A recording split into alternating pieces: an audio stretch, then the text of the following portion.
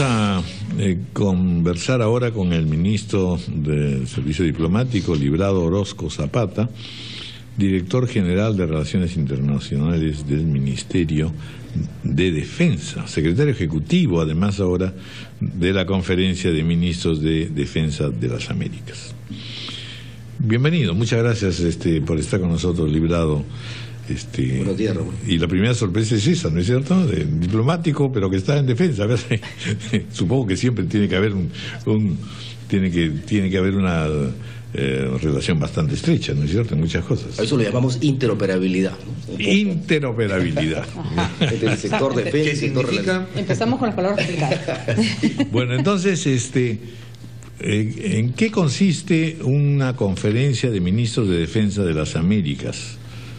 Normalmente cuando uno piensa en la cuestión militar siempre piensa más bien en las cosas que nos separan, ¿no es cierto?, de algunos determinados países o tendencias, o si no en ciertas políticas comunes, pero que a veces son lo suficientemente genéricas como para no obligar a muchas cosas. Sin embargo, en términos de cooperación hoy día tecnológica por un lado, y luego de intensa renovación de equipos y de tecnologías que indudablemente hace pues que se tenga que estar permanentemente estudiando qué hacen los otros países, etcétera.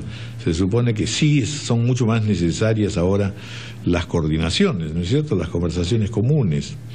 A ver, cuéntenos cómo nace esta... Sí.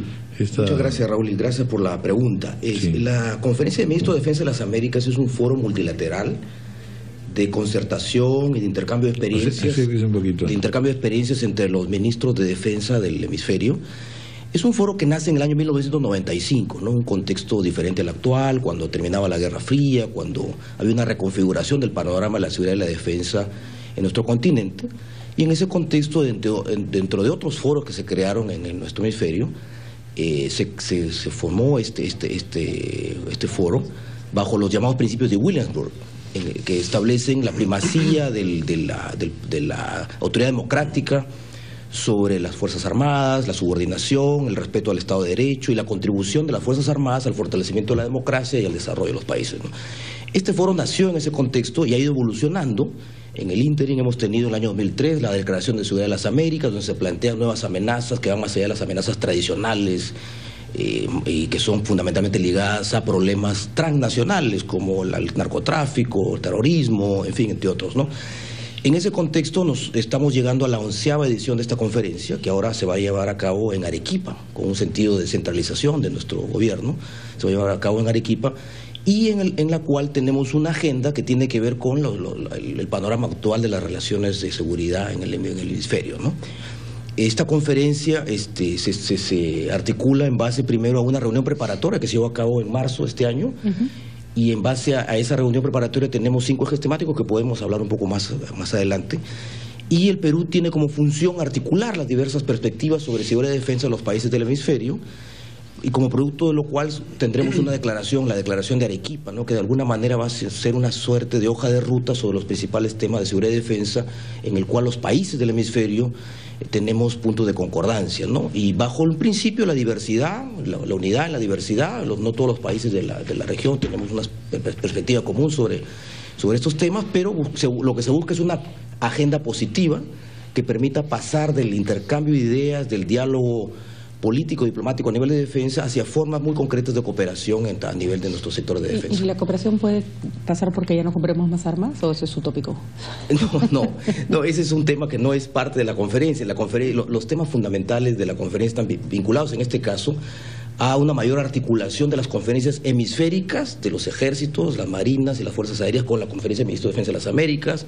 Otro tema es el de la sanidad militar. Se busca que haya mayor articulación entre la sanidad militar del hemisferio. Pero es raro, pues, porque ¿para defendernos de quién? Porque se juntan los ministros de defensa para hablar de cooperación cuando se supone que se compran armas para defenderte del vecino. Entonces, No, lo que pasa es que trato de entender la lógica actual de la política militar, digamos. Entiendo perfectamente que un país tiene que estar equipado para defenderse, pero me parece que de repente estamos desfasados con una lógica de un continente que se mueve de otra manera, ¿no? Nosotros tenemos América como un continente, como zona de paz, que contrasta con otras regiones del mundo. Así es. Y de lo que se trata es de preservar, ese carácter, ¿no? Y hay que preservarlo manteniendo una mayor cooperación, un mayores puntos de diálogo en diversos temas, ¿no?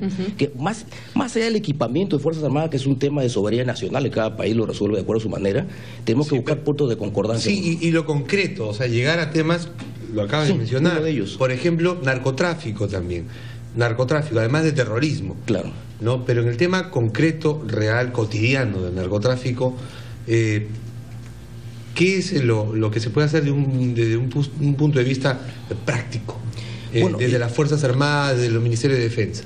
Esa es una muy buena pregunta. En el eje número 5 de la Conferencia de Ministros de Defensa se ha planteado el tema de intercambio de experiencias sobre la participación de Fuerzas Armadas en temas de seguridad, ¿no?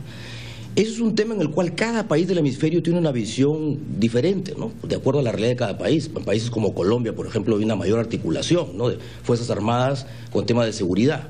En otros países no. Entonces lo que queremos en esta conferencia es buscar mayores puntos de intercambio de experiencias para ver si es que podemos replicar experiencias de otros países, ¿no? Sí. Bueno, hay algunos aspectos en verdad importantes también que siempre se ha destacado, es decir, la acción cívica, por ejemplo, en el caso peruano de la Marina en la selva, en fin, hay una serie de actividades de asistencia y de apoyo a las zonas más alejadas o que tienen menos vinculación con el centro, ¿no es cierto? Y allí también se puede tener prácticas comunes, precisamente por las fronteras.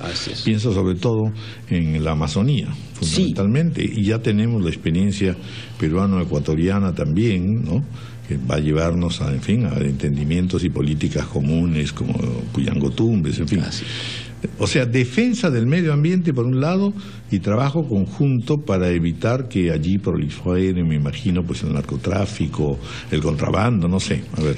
Así es. Y si hay avances en ese sentido. Así es. Eso está dentro del campo de los roles, digamos, no tradicionales de las Fuerzas Armadas, ¿no? Uno de los roles no tradicionales de las Fuerzas Armadas es el de la acción cívica, ¿no?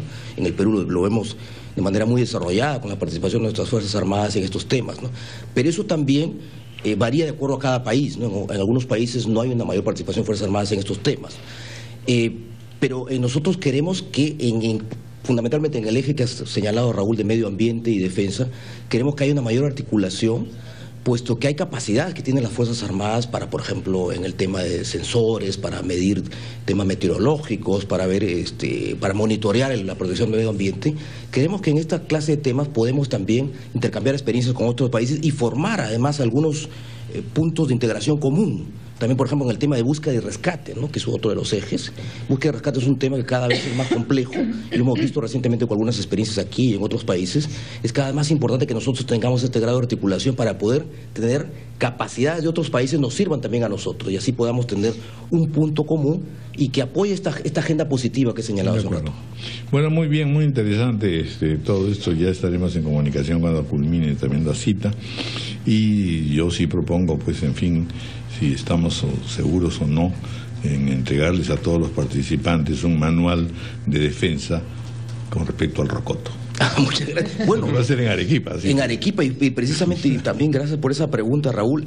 Nuestro gobierno ha escogido Arequipa para hacerse esta conferencia con un sentido descentralizador, y además porque se trata de una hermosa ciudad que creo que es el mejor escenario para que se lleve a cabo esta conferencia, para tener consensos muy apropiados. Y la mejor paila también. La mejor paila y el cauche y los...